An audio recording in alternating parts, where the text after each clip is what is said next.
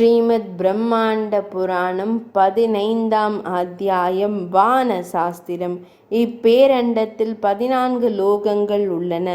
அவற்றில் பூலோகம், புவர்லோகம், சுவர்லோகம், மகர்லோகம், ஜனலோகம், தபோலோகம், சத்தியலோகம் என்ற 7 லோகங்களும் மேல்லோகம் என்று கூறப்படுகின்றது. மிகுதியாக உள்ள அதலலோகம், சுதலலோகம், நிதலலோகம், சுபஸ்லோகம், மகாதலோகம், ஸ்ரீதலோகம், பாதாளலோகம் ஆகிய 7 லோகங்களும் கீழுலகங்களே ஆகும். காலம் கால அளவுகளில் மிகவும் இனிய அலகு நிமிடமாகும்.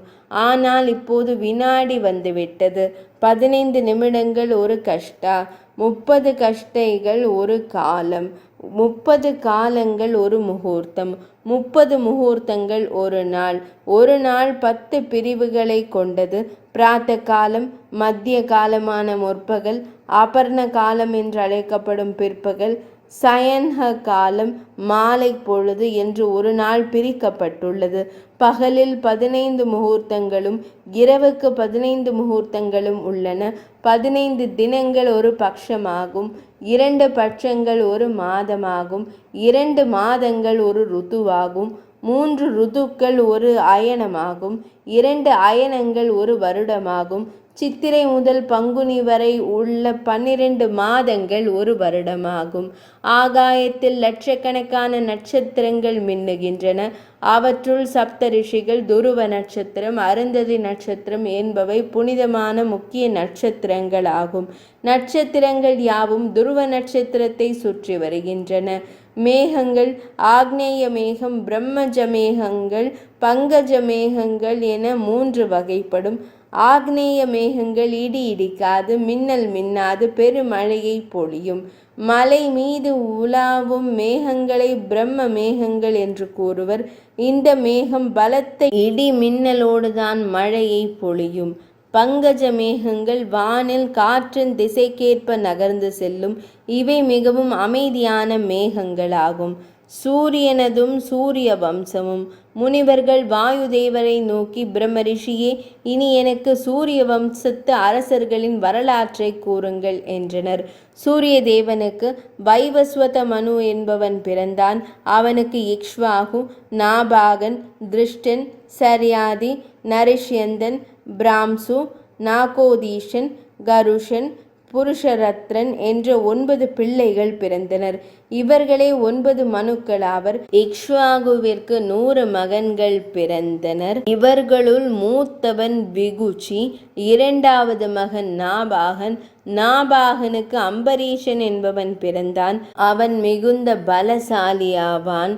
திருஷ்டனுக்கு தர்ஷட்கன் என்பவன் பிறந்தான். இவன் பலவீனனாக இருந்தான். சர்யாதிக்கு ஆனர்த்தனன் என்ற புதல்வனும் பேரழகு வாய்ந்த சுகன்யை என்ற மகளும் பிறந்தனர். பேரழகு வாய்ந்த சுகன்யைக்கு விழி பார்வை இல்லாத ஷவணர் என்ற முனிவருக்கு திருமணம் செய்து கொடுத்தனர். பின்னர் அஸ்வினி தேவர்கள் அவர்களுக்கு கண் பார்வையை கொடுத்தனர். சுகன்யின் தந்தையான சர்யாதி மன்னனுக்கு 4000 மனைவிகள் இருந்தனர். அவர்களுக்கு சுகன்யை ஒருத்திதான் பெண் குழந்தை. அதனால் எல்லோரும் அவள் மீது அளவில்லாத அன்பை வைத்திருந்தனர். சர்யாதி மன்னனின் தலைநகருக்கு அருகே பெரியதொரு வனம் இருந்தது. அங்கிருந்த குளக்கரையில் பார்கவர் என்ற மாமுனிவர் காற்றை கூட சுவாசிக்காது தவம் செய்தார்.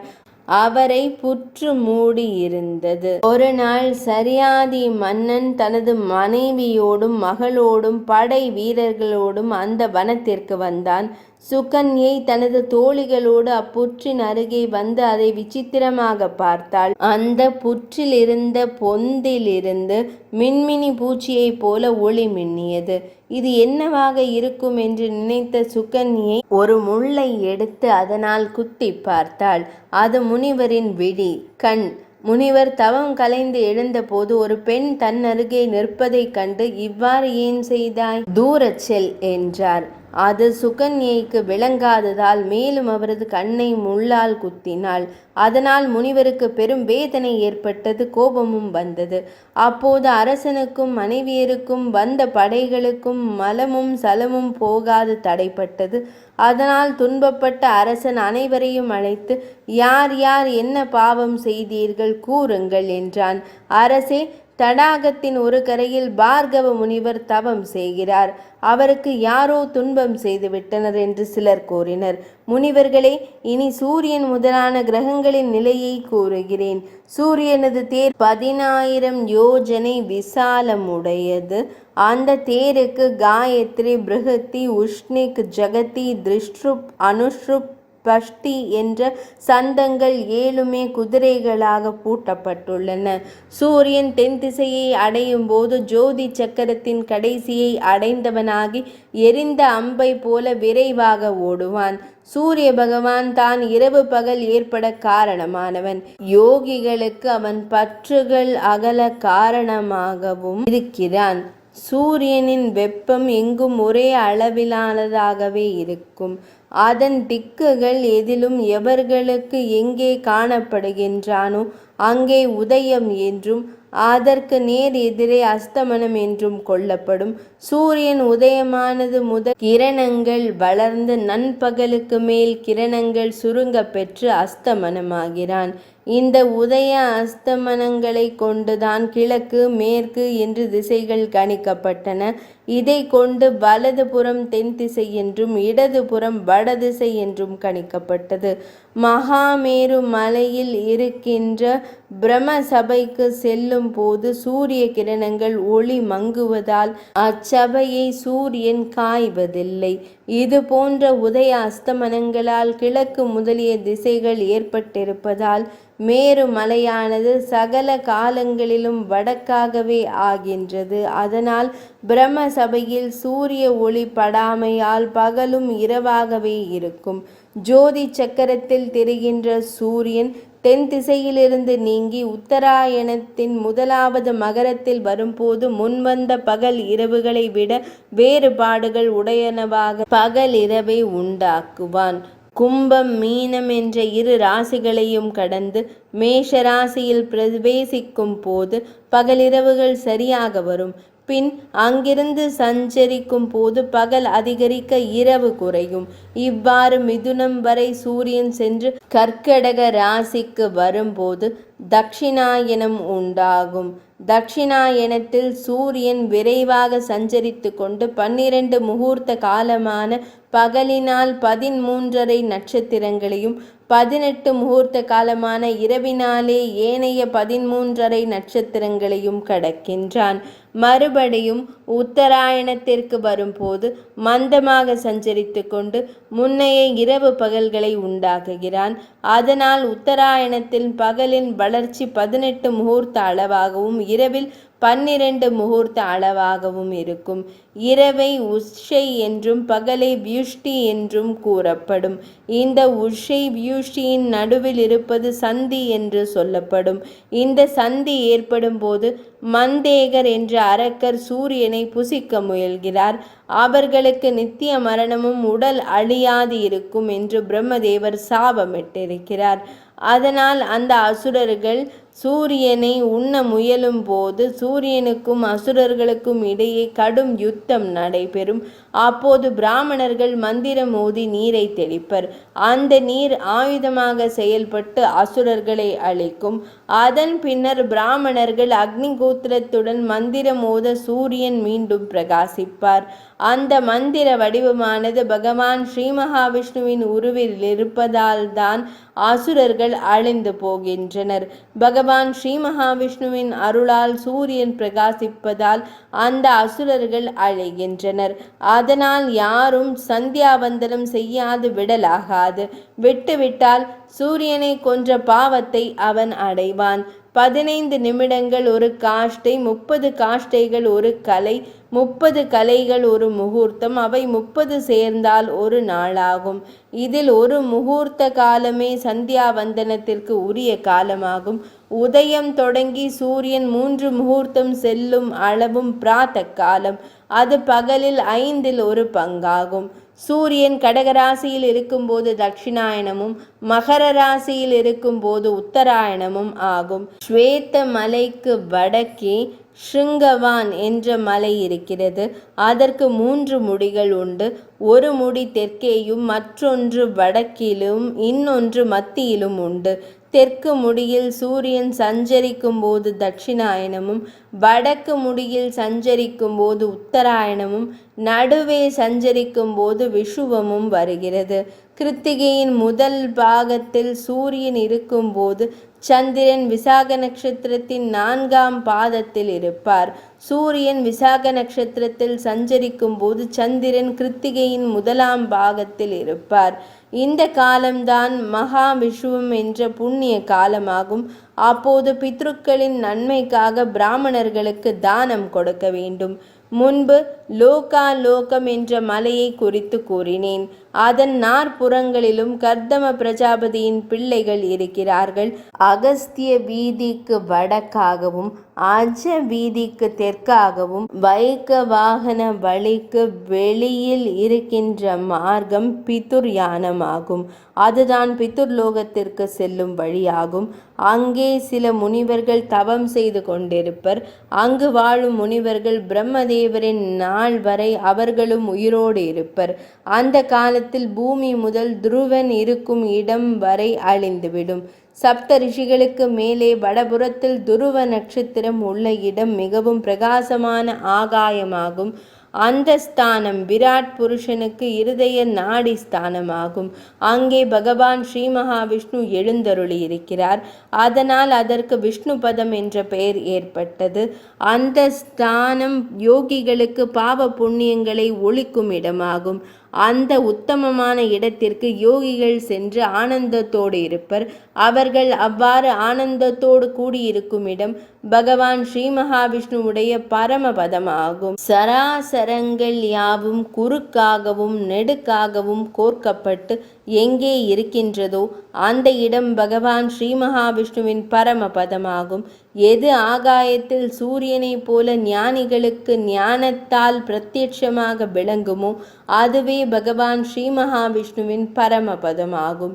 அங்கே சென்றோர் மோட்சத்தை அடைவர். அதை மோட்சஸ்தானமான பரமபதம் என்றும் கூறுவர். துருவன் அங்கே ஸ்தாபிக்கப்பட்டிருக்கிறான். அந்த துருவனிடத்தில்தான் சகல கிரக நட்சத்திரங்களும் ஸ்தாபிக்கப்பட்டுள்ளன. அவற்றில் மேகங்கள் நகட்டப்பட்டுள்ளன. அதில் மழை உண்டாக்கப்பட்டுள்ளது. மழை சகல ஜீவராசிகளுக்கு போஜனமாக இருக்கிறது. இவ்விதமான இந்த விஷ்ணுபதம் என்கின்ற பரிசுத்தமான 3வது ஸ்தானமானது 3 உலகங்களுக்கும் ஆதாரமாகவும் விருத்திக்கான ஏதுவாகவும் இருக்கிறது. விஷ்ணு பதத்தில் இருந்துதான் சகல பாவங்களையும் போக்கவல்ல கங்கை நதி உண்டாகி தேவ மகளிரின் சரீரத்தில் பூசப்பட்ட குங்கும பூச்சினால் பொன்னிறமுடையதாக விளங்குகிறது. பகவான் ஸ்ரீ மகாவிஷ்ணுவின் இடது திருவடியின் கட்டை விரல் நகத்தில் இருந்து பெருகி வரும் அந்த கங்கை நதியை துருவன் இரவும் பகலும் தனது தலையில் தாங்குகிறான். அதன் பின் சப்த ரிஷிகள் பிராணாயாமம் செய்து நீராடுகிறார்கள். கங்கை நதியின் நீரால் சந்திர மண்டலம் நன்றாக நனைக்கப்பட்டு இரவில் சக்தி மிகுந்து பாய்கிறது. அதன் பின் அது மேருமலையில் விழுந்து சீதா, அலகநந்தா, ஷட்கா, பத்திரை என்ற பெயர்களை பெற்று 4 திசைகளிலும் பாய்ந்து உலகை சுத்தப்படுத்துகிறது. இந்த 4 நதிகளில் ஒன்றான அலகநந்தை என்ற கங்கையை சிவபெருமான் தனது ஜடா முடியில் தரித்துள்ளார். அதன் பிறகு அந்த கங்கை பூமிக்கு பாய்ந்து சென்று சகரகுமாரர்களின் எலும்புகளை நனைத்து அப்பாவிகளை சொர்க்கத்திற்கு அனுப்பி வைத்தது. இந்த கங்கையில் நீராடினால் சகல பாவங்களும் நீங்கி புண்ணியம் உண்டாகும். புத்திரர்கள் அந்நீரால் பித்ருக்களுக்கு தர்ப்பணம் ஒரு முறை செய்தால் அந்த பித்ருக்கள் 100 ஆண்டுகள் திருப்தி அடைவர். கங்கை நதிக்கரையில் பிராமணரும் சத்திரியரும் மகாவிஷ்ணு பகவானை யாகங்களால் ஆராதித்து மிகுந்த செல்வத்தை அடைகின்றனர். யோகிகள் அக்கங்கை நீரில் நீராடி பாவங்களை போக்குவர். அந்த கங்கை நதியானது தன்னில் நீராடுபவர்களையும் தன்னை உட்கொள்பவர்களையும் துதிப்பவர்களுக்கும் காண்பவர்களுக்கும் கேட்பவர்களுக்கும் உள்ள பாவங்களை நீக்கி வைக்கும். நெடுந்தூரத்தில் வசிப்போர் கங்கை கங்கை என்று நமஸ்கரித்தால் 3 பிறவிகளில் அவர்கள் செய்த பாவம் அனைத்தும் அற்று போய்விடும். இவ்வாறு 3 உலகங்களையும் தூய்மைப்படுத்தும் கங்கை நதியானது பகவான் ஸ்ரீ மகாவிஷ்ணுவின் பாத கமலங்களில் இருந்தே உற்பத்தியாகிறது என்றார் சூதமா முனிவர். சிம்சுமார சக்கரம். பகவான் ஸ்ரீ மகாவிஷ்ணுவின் சிம்சுமாரம் என்ற நட்சத்திர கூட்டத்தின் வால் பகுதியில் துருவன் இருக்கிறார். அவர் அங்கிருந்து சுற்றி கொண்டு சந்திர சூரியர்கள் உள்பட அனைத்து கிரகங்களையும் சுற்றி திருப்புகிறார். அவைகள் சக்கரத்தை போல் அவரை சுற்றி சுழல்கின்றன. சந்திர சூரியர்களும் ஏனைய கிரகங்களும் நட்சத்திரங்களும் காற்றின் வடிவமான கயிற்றினால் கட்டப்பட்டு துருவ சுவாமியில் இணைக்கப்பட்டுள்ளன. இவற்றிலெல்லாம் நாராயணர் எழுந்தருளி இருக்கிறார். துருவ சுவாமி அந்த உலக நாதனான பகவான் ஸ்ரீ மகாவிஷ்ணுவை ஆராதித்து நட்சத்திரமான அந்த சிம்சுமாரத்தின் வாலினிடத்தில் இருக்கை பெற்றார். அந்த சிம்சுமாரத்திற்கு ஆதாரம் ஸ்ரீயப்பதியாகும். அந்த சிம்சுமாரம் துருவ சுவாமிக்கு ஆதாரம். அந்த துருவ சுவாமி சூரியனுக்கு ஆதாரம்.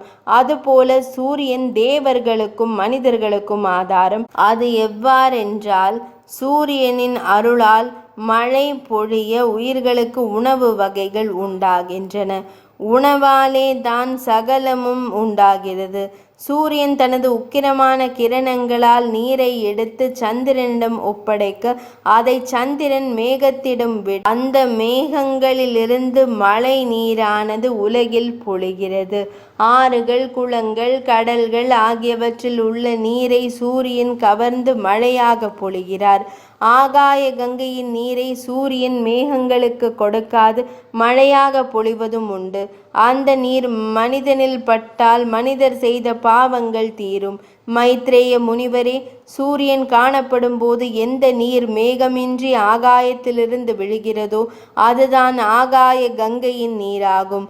ரோஹிணி முதலிய இரட்டைப்பட்ட நட்சத்திரங்களில் சூரியன் உதித்து கொண்டே இருக்கையில் வானத்திலிருந்து மேகமின்றி பொழியும் நீரானது சூரியன் பெய்யும் ஆகாய கங்கை நீராக கருதப்படும்.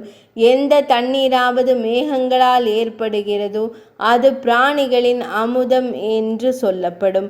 அந்நீரை கொண்டு சூத்திர நோக்கமுடைய மனிதர்கள் விதிப்படி பல வகைப்பட்ட யஜ்ஞங்களை செய்து தேவதைகளை திருப்திப்படுத்துகின்றனர். அதனால் இந்த உலகம் மழையினாலே காக்கப்படுகிறது. அது எப்படி என்றால், உணவை உற்பத்தி செய்வது மழை. அந்த மழையை உண்டாக்குபவன் சூரியன். அந்த சூரியனுக்கு ஆதாரமாக இருப்பவர் துருவ சுவாமி. அந்த துருவ சுவாமிக்கு ஆதாரமாக இருப்பது சிம்சுமார சக்கரம். அந்த சக்கரத்திற்கு ஆதாரமானவர் பகவான் ஸ்ரீமன் நாராயணர். நாராயணர் அந்த சக்கரத்தின் மத்தியில் சகல பிராணிகளையும் தாங்கிக் கொண்டிருக்கிறார். சூரியனின் ரதம். முனிவர்களே, சூரியன் சஞ்சாரம் செய்யும் தட்சணாயன உத்தராயண எல்லைகளின் நடுவே கிராந்தி விருத்தங்கள் 183. அம்மண்டலங்களில்தான் சூரியன் உத்தராயணத்தில் ஏறுவதும் தட்சிணாயணத்தில் இறங்குவதுமான 364 கதிகளினால் ஒரு வருடத்தை கழிக்கிறான். சூரியனது தேரான சூரியர்களாலும் ரிஷிகளாலும் முனிவர்களாலும் கந்தர்வர்களாலும் அப்சர பெண்களாலும் சர்ப்பங்களினாலும் ஏற்பட்டிருக்கும். சூரியனது ரதத்தில் சித்திரை மாதத்தில் தாதா என்ற சூரியனும் கிருதஸ்தலை என்ற அப்சர பெண்ணும் புலஸ்தியர் என்ற முனிவரும் வாசுகி என்ற சர்ப்பமும் ரத பெருத்து இயக்கனும் கேதி என்ற அரக்கனும் தும்புரு என்ற கந்தர்வனும் வசிப்பார்கள். ஆனி மாதத்தில் மித்திரன் என்ற சூரியனும் அத்திரி என்ற முனிவரும் தக்ஷன் என்ற அரவமும் பௌருஷேயன் என்ற அரக்கனும் ஹாஹா என்ற கந்தர்வனும் யக்ஷனும் இருப்பார்கள்.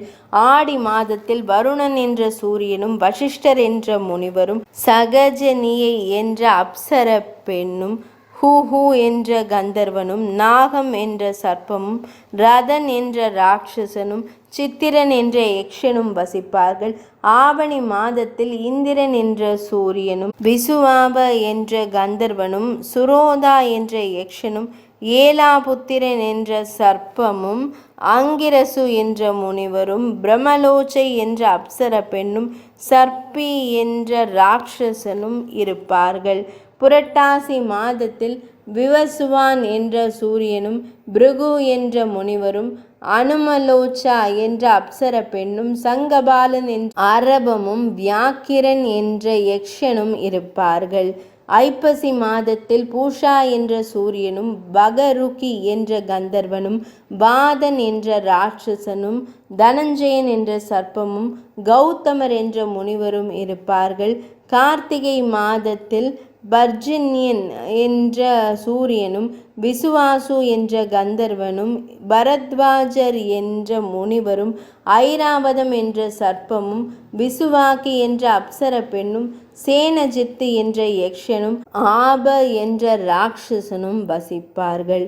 மார்கழியில் அம்சன் என்ற சூரியனும் கஷ்யபர் என்ற முனிவர் தர்ஷயன் என்ற யக்ஷனும் மகாபத்மன் என்ற அரவமும் வித்யுதித்து என்ற ராட்சசனும் சித்திரசேனன் என்ற கந்தர்வனும் இருப்பார்கள். தை மாதத்தில் பகன் என்ற சூரியனும் கிருத்து என்ற முனிவரும் ஊர்நாயு என்ற கந்தர்வனும் ஸ்பூர்ஜன் என்ற அரக்கனும் கார்கோடகன் என்ற சர்ப்பமும் அரிஷ்நேமி என்ற யக்ஷனும் பூர்வசித்தி என்ற தேவ மங்கையும் வசிப்பார்கள்.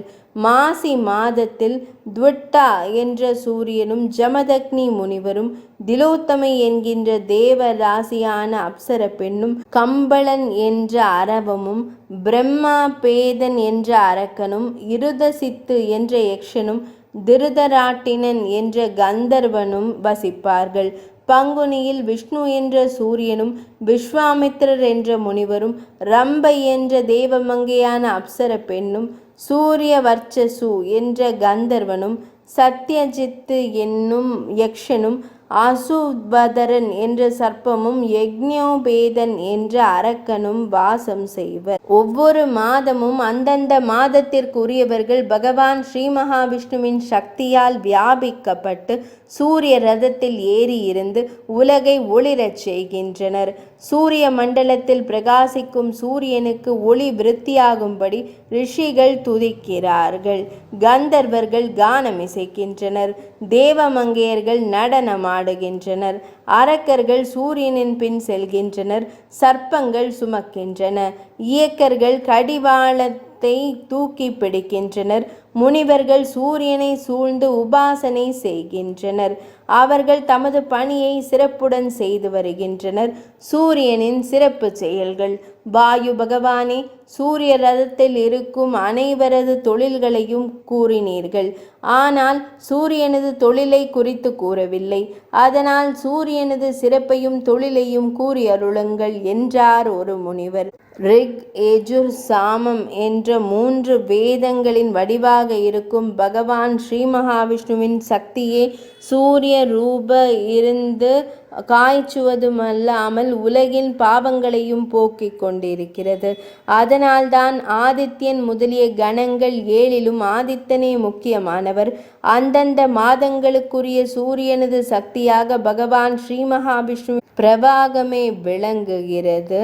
விடியற்காலையில் ரிக்குகளும் மதிய வேளையில் யஜுர்களும் மாலை வேளைகளில் சாமங்களும் சூரியனின் சரீரமாகி சூரியனுக்குள்ளே விளங்குகின்ற பகவான் ஸ்ரீ மகாவிஷ்ணுவை துதிக்கின்றன. அவ்வேளையில் ருக், யஜுர், சாம வேதங்கள் மகாவிஷ்ணு பகவானுக்கு சரீரமாக இருக்கின்றன. இந்த பகவான் ஸ்ரீ மகாவிஷ்ணுவின் சக்தியானது பிரமாதிகளுக்குள்ளும் பிரவேசித்து அவற்றின் செயல்களை செய்கின்றன.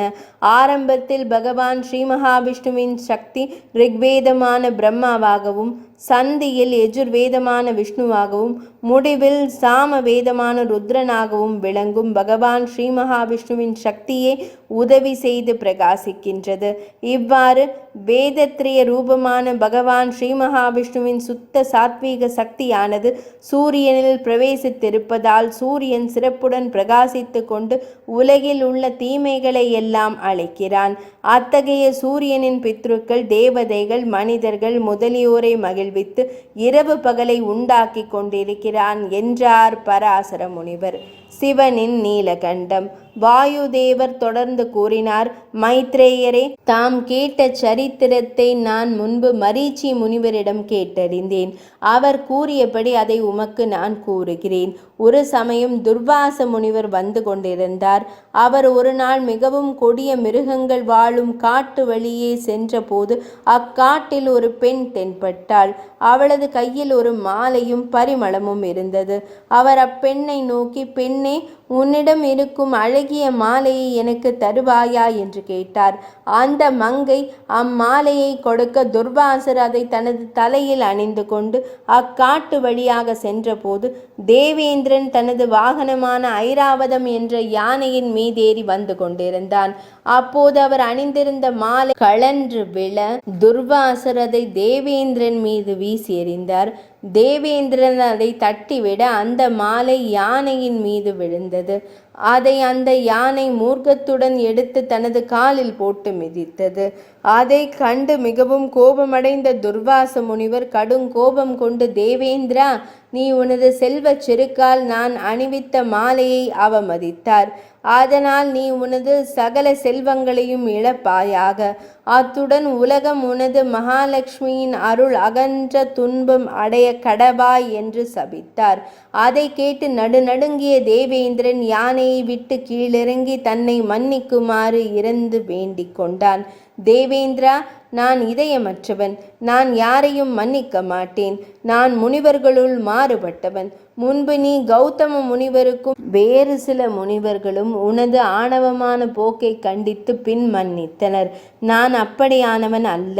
வசிஷ்ட முனிவர் உன்னை துதிப்பதால் நீ அளவுக்கு அதிகமான இருமாப்பு அடைந்துள்ளாய். அதனால் உன்னை நான் தண்டிக்காது விடமாட்டேன் என்று கூறிவிட்டு சென்று விட்டார். வேறு வழியில்லாத தேவேந்திரன் கவலையோடு தனது இருப்பிடத்திற்கு சென்றான்.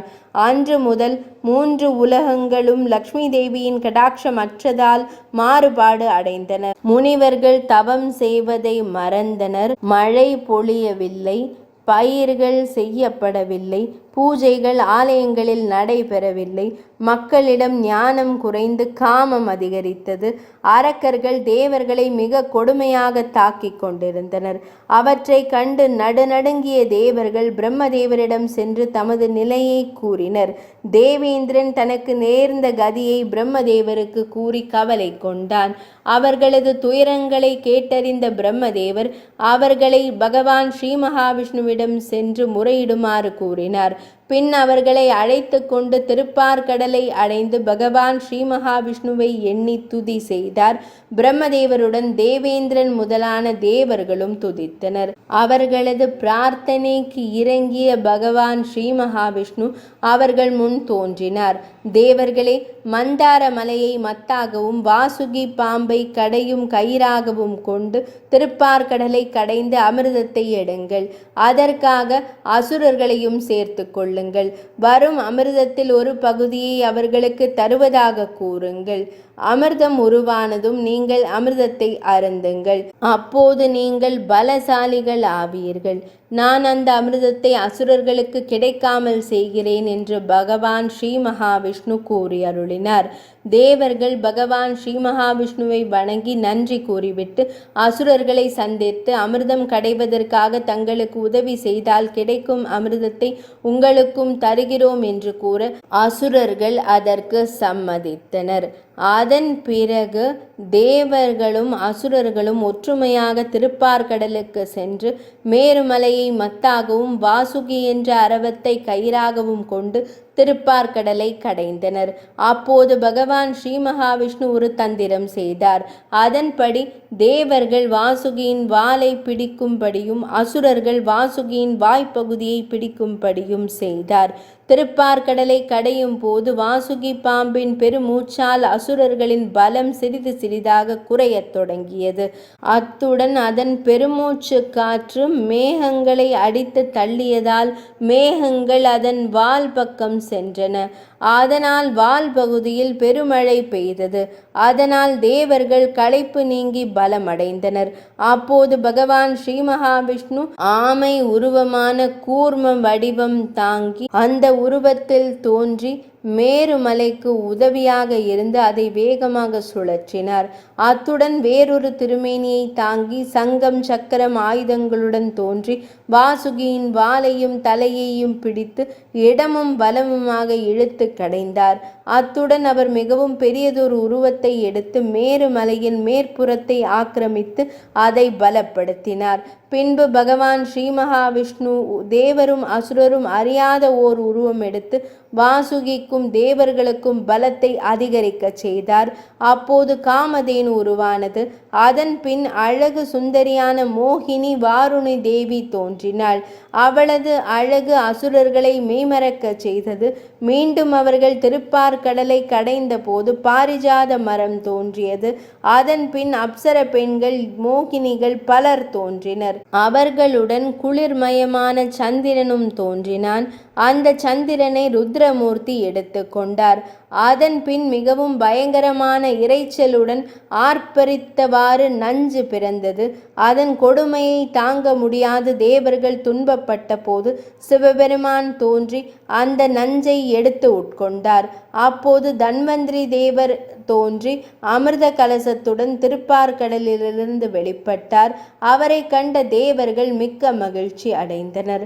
அதன் பின்பு உலக மாதாவான அன்னை மகாலட்சுமி தேவி அவதாரம் செய்தார். அவரை கண்டு தேவர்கள் மகிழ்ச்சி ஆரவாரம் செய்தனர். தேவர்கள் கீதங்களை பாடினர். அப்சர பெண்கள் நடனமாடினர். கங்கை முதலிய புண்ணிய தீர்த்தங்கள் ஒன்று கூடி வந்து திருமஞ்சனம் செய்து நீராட்டினர். திருப்பார்கடல் ஆணுருவாகி அழகிய மலர் மாலை ஒன்றை தாயாருக்கு சாற்றினான். அலங்கார தேவதையாக மாறிய அன்னை மகாலட்சுமி அனைவரும் பிரார்த்திக்க பகவான் ஸ்ரீ மகாவிஷ்ணு பெருமானின் திருமார்பில் எழுந்தருளினாள். அக்காட்சியை கண்ட முனிவர்கள் ஆனந்தத்துடன் அவர்களை துதித்தார்கள். அதன் பின் அன்னை ஸ்ரீ மகாலட்சுமியான பெரிய பிராட்டியார் தேவர்களை ஆசீர்வதித்தார். அதனால் தேவர்கள் மகிழ்ந்தனர். பெரிய பிராட்டியார் மீது பக்தி கொள்ளாத அசுரர்கள் தீயவற்றை அனுபவித்தார்கள். தன்வந்திரி தேவர் அமிர்த கலசத்துடன் வர அசுரர்கள் அதை கைப்பற்றினர். அதனை கண்ட பகவான் நாராயணர் ஓர் அழகிய பெண் உருவை எடுத்து அவர்களின் அருகில் வர அவர்கள் அப்பெண்ணின் அழகில் மயங்கி அமிர்த கலசத்தை வைத்துவிட்டு அவளின் பின் செல்ல நாராயணர் அந்த அமிர்த கலசத்தை எடுத்து தேவர்களுக்கு அருந்த கொடுத்தார். அதனால் தேவர்கள் பலசாலிகள் ஆயினர். அதனால் கடுங்கோபம் கொண்ட அசுரர்கள் தேவர்களுடன் யுத்தம் செய்தனர். அமிர்தம் உண்ட தேவர்கள் மிக்க பலத்துடன் அசுரர்களுடன் மோதி அவர்களை பாதாளத்திற்கு துரத்தினர். அதன் பின்னர் அன்னை லக்ஷ்மி தேவி கடாட்சத்தை இழந்த 3 உலகங்களும் லக்ஷ்மி கடாட்ச பெற்றன. அதன் பின் தேவ உலகம் சென்று தேவேந்திரன் அன்னை மகாலட்சுமியை உள்ளன்போடு தொழுதான். அதனால் மகிழ்ந்த ஸ்ரீதேவி பிராட்டியார் தேவேந்திரனின் முன் தோன்றி, தேவேந்திரா, உனது பிரார்த்தனையால் நான் மிகவும் மகிழ்ந்தேன். உனக்கு வேண்டிய வரங்களை கேள் என்றார். தேவேந்திரன் அவரை வணங்கி, தாயே, தாங்கள் 3 உலகங்களிலும் எப்போதும் எழுந்தருளி இருத்தல் வேண்டும். எவனொருவன் தம்மை ஸ்ரீ ஸ்தோத்திரத்தால் துதித்தால் அவனுக்கு தாம் அருள் செய்ய வேண்டும் என்று வினவினான். தேவேந்திரா, நீ ஆட்சி புரியும் உலகங்களை விட்டு நான் ஒருபோதும் நீங்க மாட்டேன். எவனொருவன் காலையிலும் மாலையிலும் ஸ்ரீஸ்துதியால் என்னை துதிக்கின்றானோ அவனுக்கு நான் கட்டாயம் அருள் புரிவேன் என்று கூறினாள். பூர்வத்தில் ஸ்ரீதேவி பிருகுமுனிவருக்கு கியாதி என்ற மனைவிக்கு மகளாக அவதரித்தாள் என்று கூறினேன் அல்லவா? அவள் அமிர்தம் கடைந்த போது திருப்பார்கடலில் அவதரித்தாள் என்றும் கூறினேன். இது மட்டுமல்ல, நாராயணர் பகவான் எப்போதெல்லாம் உலகங்களில் அவதரிக்கிறாரோ அப்போதெல்லாம் ஸ்ரீதேவியும் அவதாரம் செய்வார். முன்பு பகவான் ஸ்ரீமன் நாராயணர் அதிதி தேவியின் மகனாக அவதாரம் எடுத்தபோது ஸ்ரீதேவி பிராட்டியார் பதுமை என்ற திருப்பெயருடன் அவதரித்தார். நாராயணன் ராமனாக அவதாரம் எடுத்தபோது ஸ்ரீதேவி பிராட்டியார் அன்னை சீதையாக அவதாரம் எடுத்தவள். எம்பெருமானான நாராயணன் கண்ணனாக அவதாரம் எடுத்தபோது பிராட்டியார் தேவி ருக்மிணியாக அவதரித்தாள். இவ்வாறு எம்பெருமான் அவதாரங்கள் எடுக்கும் வேளைகளிலெல்லாம் பிராட்டியாரும் உடன் அவதாரம் எடுப்பார். நாராயணர் மனித அவதாரம் எடுத்தால் பிராட்டியும் மனித அவதாரம் எடுப்பார். இது அவதார தத்துவமாகும். மைத்ரேய முனிவரே, அன்னை மகாலட்சுமியின் இந்த திரு அவதாரத்தை எந்த மனிதன் பக்தியுடன் பாராயணம் செய்கிறானோ, எவன் பக்தியுடன் கேட்கிறானோ, அவனது இருதயத்தில் பெரிய பிராட்டியான ஸ்ரீதேவி அன்னை என்றும் பிரியாது மிக்க மகிழ்வுடன் குடியிருப்பாள். அவ்வாறு படிப்பவர்களின் இல்லங்களில் வறுமை இருக்காது. தேவேந்திரனால் கூறப்பட்ட இந்த ஸ்லோகம் வலிமையானது. பக்தியை உண்டு செய்வது, அன்னை ஸ்ரீதேவியை மகிழ்ச்சியடைய செய்வது என்று கூறியருளினார் பராசர முனிவர். 15ஆம் அத்தியாயம் இனிதே நிறைவடைந்தது.